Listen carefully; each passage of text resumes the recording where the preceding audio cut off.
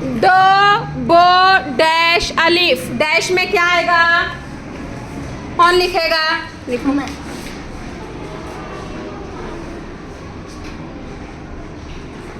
Very good. ये आएगा ड बो डब, बो के ऊपर तशदीद, बो अलिफ बा, डब्बा। सेकेंड वन, मो नो नो डैश, कौन लिखेगा डैश में? अच्छे से लिखो।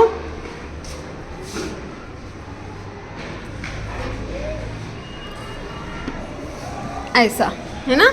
मो आधा नो, तशदीद छोटी या, मोनो पेश मुन्नो छोटी ये नी, Munni.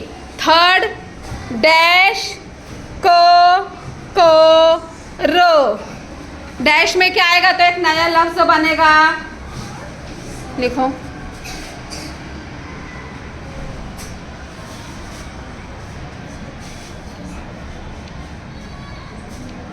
Very good.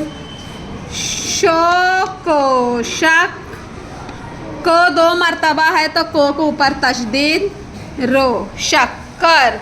Last one,